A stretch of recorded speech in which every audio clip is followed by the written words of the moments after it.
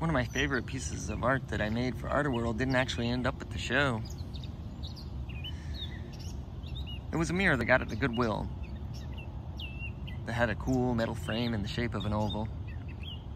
And I thought, I'm gonna take this little trick that I found by accident through a disappointment of the broken mirrors, and I'm gonna intentionally do that with this one.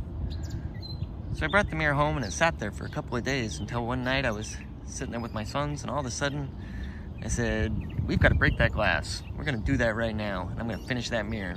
So we took it out into the garage, we took it apart, it had a bunch of screws and whatnot holding it together. And we took a hammer and hit it on the end of one of the round sections there.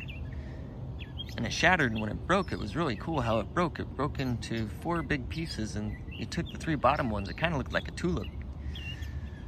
I took it in the house and I set it on the table. All of a sudden, I didn't care about finishing it anymore. Boys kind of looked at me and said, "You're not going to finish it?" And I said, "Nah, we'll do it later." We were sitting there watching Little House on the Prairie one day. I believe it was Mother's Day. When all of a sudden, I got a feeling that said, this is the picture you're gonna use. You need to go get it printed up right now. It was a picture of a bee on a flower. So I placed an order with the drugstore. An hour later, I got an email saying it was ready, so I walked down. When I did, it was kind of funny. As I walked out of the store, I was listening to a tarot reading that I like. And as she was sitting there, all of a sudden, she just stopped and said, "There's a bee in this house right now.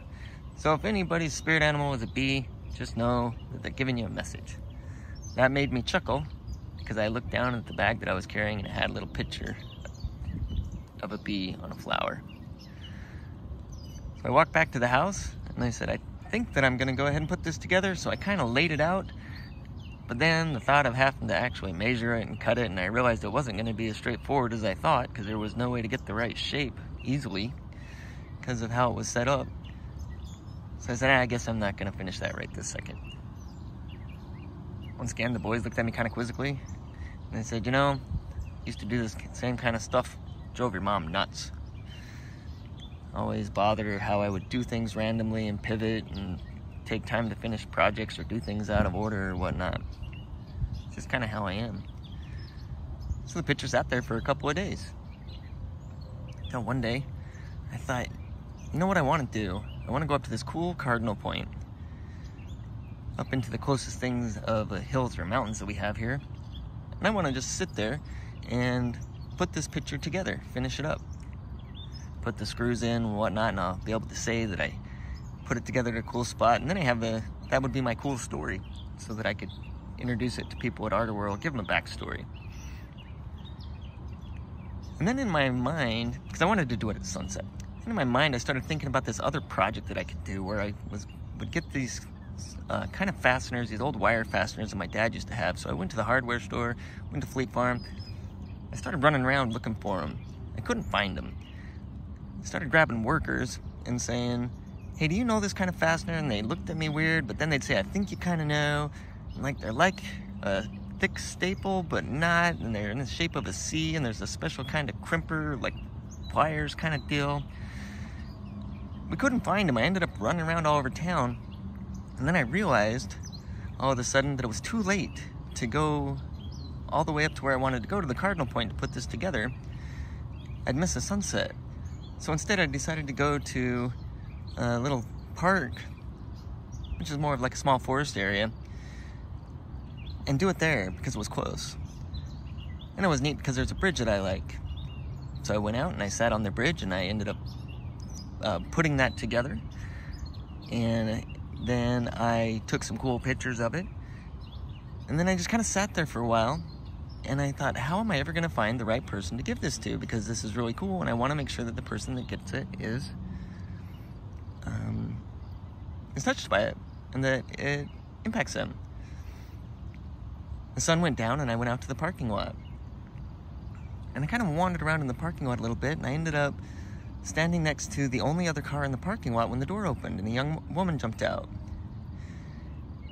She said, hey, can I just stand here and talk to you for a while? And we had a conversation. Turned out she was there because she was sad, because she had lost somebody. Turns out that we both like to go to that place and look at the animals and nature. And as she talked to me, I was really touched, and I felt compassion for her, and I said, can I show you something?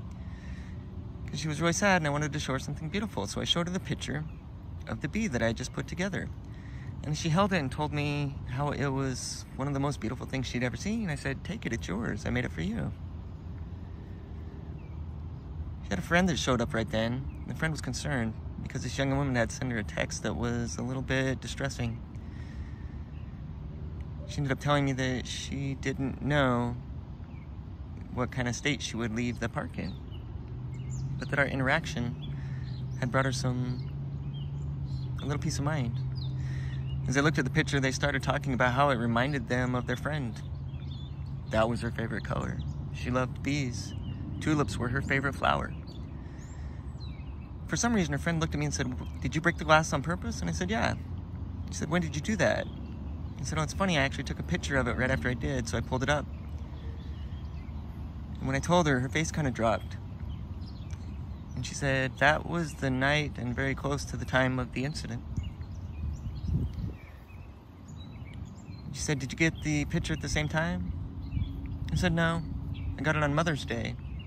And they looked at each other. And she said, that's the day that they turned off all of the machines and everything was final. When did you finish putting this together? I said, about a half hour before I walked out of this place. I put all the screws together and then sat there and just kind of set intention to find the right person. And the young woman that I met initially looked at me and said, that's about the time that I got here.